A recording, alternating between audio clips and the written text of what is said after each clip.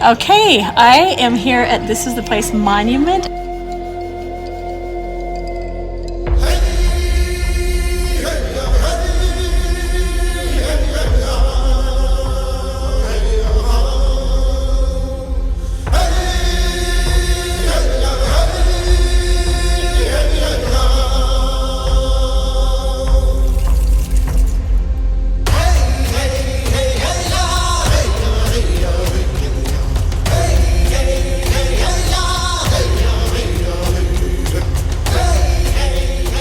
Kimball home. We just went to your brother's 70th birthday, and some of you know who ALDEN BEAMAN'S is. He's been on our channel talking about last day timelines and things like that, and so I'm just going to introduce you. And our friend Myrta has been part of the family, and we've known Alden and Claudia for a while, so we've just been having fun up here overlooking Salt Lake Valley. And here's the Kimball house where we were celebrating, and just going around seeing the mountain.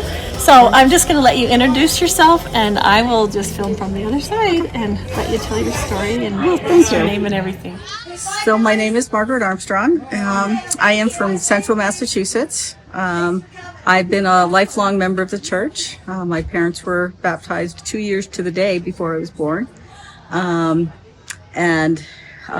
served a mission in Houston. And in my last area was Louisiana, Sulphur, Louisiana. And I met a woman through her son who had just been baptized. And he had made such a change that his mom asked us if she could also learn about the gospel, which of course we graciously said yes. And so we left her with a copy of the Book of Mormon and came back a week later for our appointment, and to which she apologized for not reading any of the Book of Mormon. But then as she said she was sorry she didn't read any of the Book of Mormon, she looked at me and said, "Did you know Christ came to America?"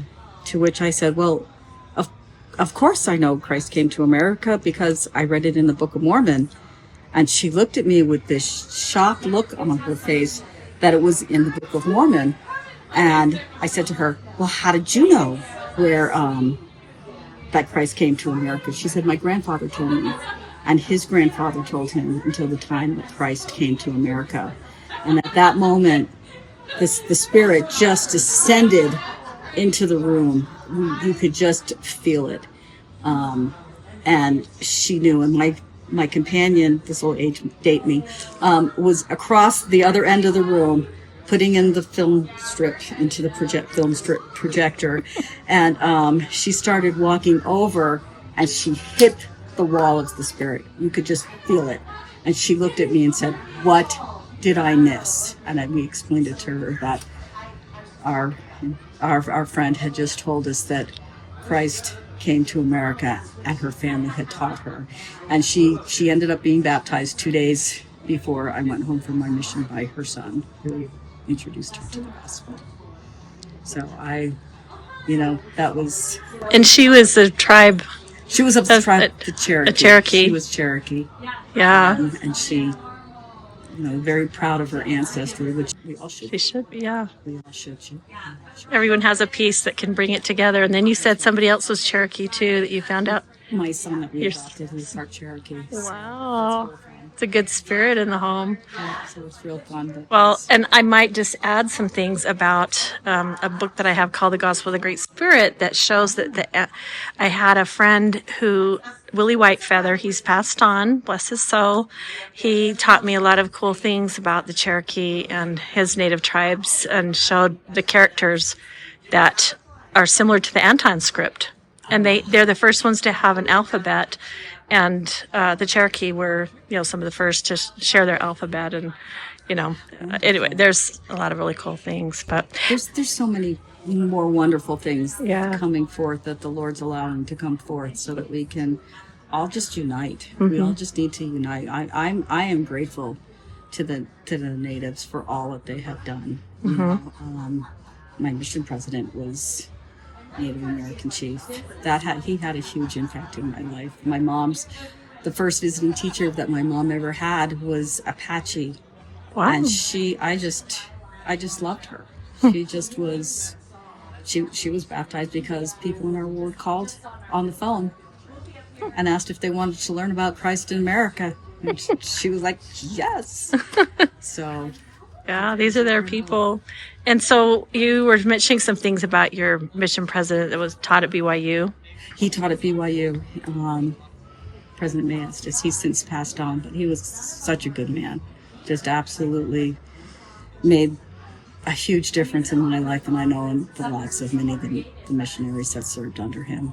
And what he received, the regalia, or He had the full headdress uh-huh.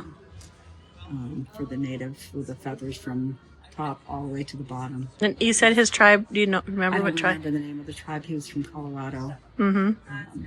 Say the last name is Maestas. Maestas. Maestas, yeah, because I'd heard that name before, and wondered about that. So, and you said that he wore. He wore glasses that were rose-colored, so he could see the world through rose-colored glasses, and I love that. It was like he just was so positive and so just fun, but also worked as hard as anybody I had ever met.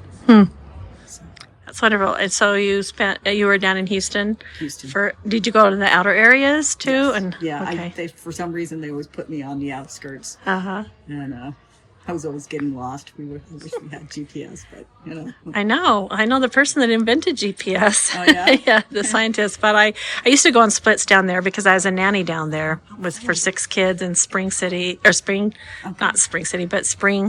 Texas. And my sister lives in Pearland, and she is such a super sister. She always has the missionaries over, and we've had some people from our ward whose son was on a mission there, and just anyways, so many fun interactions, and there's so many untold stories that are going to be so exciting for us. But I wanted to highlight you listen to our channel, and grateful you said, oh, I listen to you, and then you reminded me of when you sent something in, and we've had an interaction, and we met at John's funeral. So our friend, so Alden, his brother John, was a good friend too, and that's when we talked before. So I remember that. That's so great. Well, thank you so much. I really appreciate you being open, sharing things on your heart. So, Thanks. all right, Appreciate it.